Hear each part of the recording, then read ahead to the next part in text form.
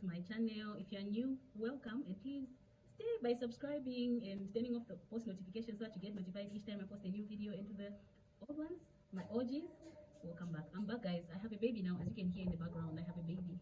I've been hiding from you because I was heavily pregnant and I was about to deliver, so now I have a baby. You can hear from the background. Yeah, welcome back to today's video. Today is just going to be a life update and just chatting about real life stuff. So let's dive right into it. By the way, have you seen how my skin is killing you guys? Have you seen? Because I'm in the house a lot, so I need to stay extra hours in the house. As you can see, just take a look. I'll become a white lady one of these days. Okay, just wait and see. This was last week. Should have been a Friday, and whatever. I was in bed and trying to, just sleep and stuff like that. But I had a thought, and it's been weighing on me for some time. So I want to talk about it. I feel like most of us Christians don't really talk about the realities of being a Christian and facing life as a Christian. In as much as we preach, we, do all these things, get into the realities of actually living what we preach and living what's on the ground. In that, you get to do or experience certain things that we don't really talk about. Like, for instance, you get to have doubts sometimes. Like, let's say you've been praying for something, you've been waiting on God to give you a breakthrough in a certain thing, or this doubt really gets enhanced, especially when you see people around you, close to you, getting blessed and being their turn. Like, it's a very hard situation to watch. But as a Christian, it's okay for you to feel like some type of a way. It's okay to feel like I'm behind and whatnot. But what's not okay is to do something that's going to jeopardize or become jealousy or just not be happy for other people. But it's very normal for you to feel down in some type of way, say that when and question, when is my time going to happen and things like that. And then another thing is also the crash outs that get to happen as you wait on the Lord. Like, you get to feel down and feel left out and feel, like, God, maybe your prayers are not reaching the heavens and stuff like that. Then you start wondering, when is it going to be me? What time am I going to get my answer and stuff like that? That usually happens and we don't get to talk about it a lot. And then when you think about the things and just get to remember how God has shown up for you in the past, you then realize to say, oh, maybe I was crashing out. God is really going to show up. I don't know when, but maybe show up for me and just fulfill his promises and live up to his promises. Like, he'll fulfill the purpose that he brought me here for. I feel like we don't talk about that a lot as Christians. And it is in these moments, it is in these desperate moments, desperate times, that the enemy is looking for opportunities in our lives that he can use to torment us and just to lead us into sins. So that he gets to like influence us to find a shortcut and just to find ways that will seem like they'll be better and give us what we want in that moment, or give you what you're looking for in that moment, but which is like temporary and also just something that is not right, that will lead you into sin. It is in this moment that we need to get back and be very close to God. Like, reading his word. When you're doubting, you go back to his word so that you're reminded. When you're doubting, you look back at the things and try to remember what God has done for you. When you're doubting, talk to him directly. Say, I know you're not answering my prayers right now. I know you're not granting me what I want right now, but I know you give me what I need, and at the right time, you make it happen. And just conversating with him. I'm hurt. I'm seeing my friends this and that. I'm seeing people close to me this and that. Put in your spirit that will make me be happy. Like, will make me be happy, make me clap for others, praise for others, and just show up for others. In as much as it's not happening for me, believing and knowing that you will make it happen for me. Remove any spirit of jealousy, any spirit of shortcuts, any spirit of trying to overtake, and instead of giving your friends the stage, you want to take it up because you deserve it, and just those thoughts that come to say, no, but I deserve this more than this person, just talk to God like he's your friend, and then say, Dad, however you refer to him, but just tell him to say, I'm not happy, I'm sad that you've not shown up for me, you've not answered my prayers. But remove any evil spirit in me that will lead me into sin and just jeopardize your plans for me. Because if I do it on my own and I do it according to my plans and according to the ways that I think I can do it, I'm going to sin. I'm going to end up maybe in jail. I'm going to, run away from your presence. But give me the courage to keep going on every single day. Face my challenges head on, or face the pain head on, and wait, develop more patience in order for me to wait on you and your timing.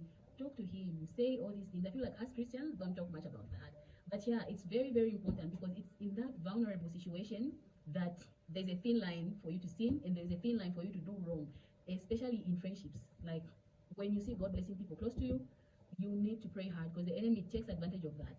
You can end up becoming a fake friend. Instead of being happy for your friends, you start thinking, but God, me, I deserve this more than my friends. That's why are you giving this?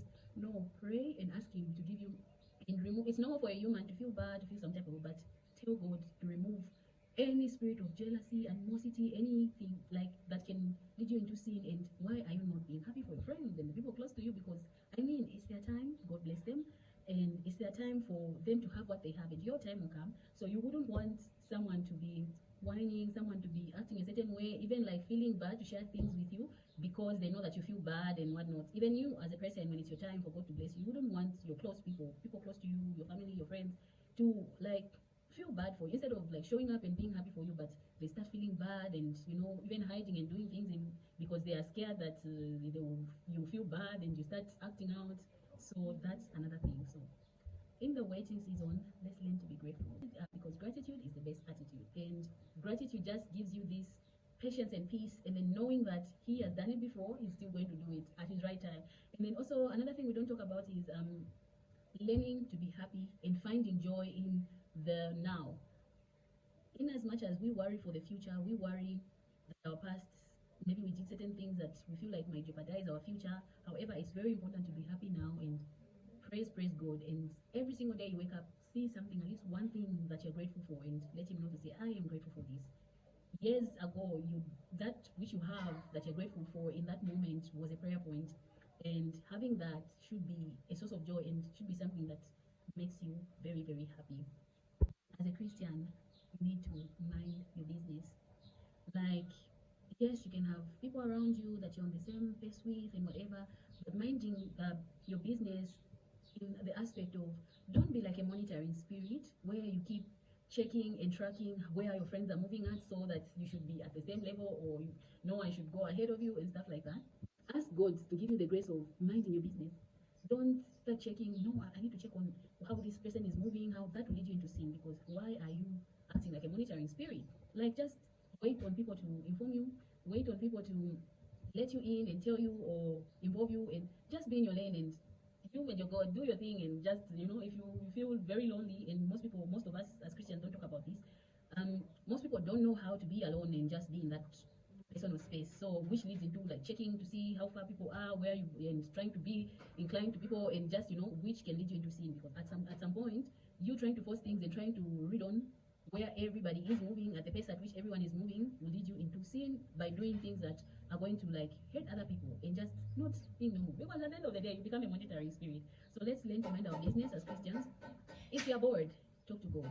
If you don't feel comfortable being alone, try by all means to learn to be alone, because it's very important. It's in your lonely moments, your personal space, that God finds His way. Because what do you mean if you don't have a personal space as a grown-up, a Christian? It's very important that you do actually have a personal space, because it will help you out a lot in terms of just connecting with God, becoming the better version of you without outside noise, and just planning and doing things on your own. It's just very, very important. Guys, I have so much to say, so many things to say. I hope in this blabbing and whatever I've gotten anything. And then in terms of life update, life has been good. God has been gracious. I'm so grateful for everything that's going on. I'm really, really in a good headspace. I'm so, so, so blessed, especially that this is my birthday month, and I'm just looking forward to the new age, new challenges, new achievements, new everything. There's so much coming way ahead of me, so I'm looking forward to that and just getting to experience more. I've been amazing. It's just that I've been facing some technical challenges, so that's why my online presence has not been so much. So I'm back, but I'll be back. I'm back. I have so many things lined up for you guys, so I hope we get to catch up. I'm wishing you a blessed month of March. It's my month. Welcome to my month. As I always say, welcome to my month. Welcome to my month. Yeah, welcome to. Chat more in the comments. Please tell everyone, your friends that you pray with, your friends that you are trying to help get closer to God, everyone around you. Tell them that this girl is on YouTube and she makes great content. I'm actually changing from a girl to this lady is on YouTube. She's making good content for us, and let's engage in any way, interact, and show our presence. So yeah, I'll be looking forward to interact with you guys in the comments, and you can find me everywhere else on social media.